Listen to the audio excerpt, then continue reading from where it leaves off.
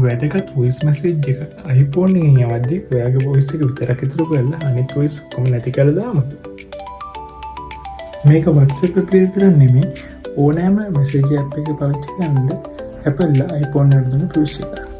මේක මේ විදිහට හදාගන්න මාතෘක මැසේජ් එක හදාගන්න.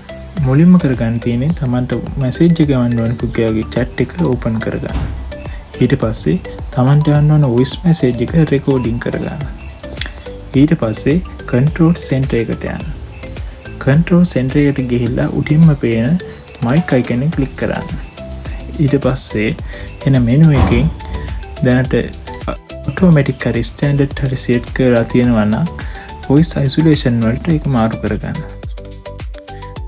ඊට පස්සේ සුපුරුදු පරිදි තමන්ගේ voice message එක clearly send කරගන්න. මේ වගේ ටිප්ස් දිගටම දැනගන්න මාත් එක්ක රැඳිලා ඉන්න.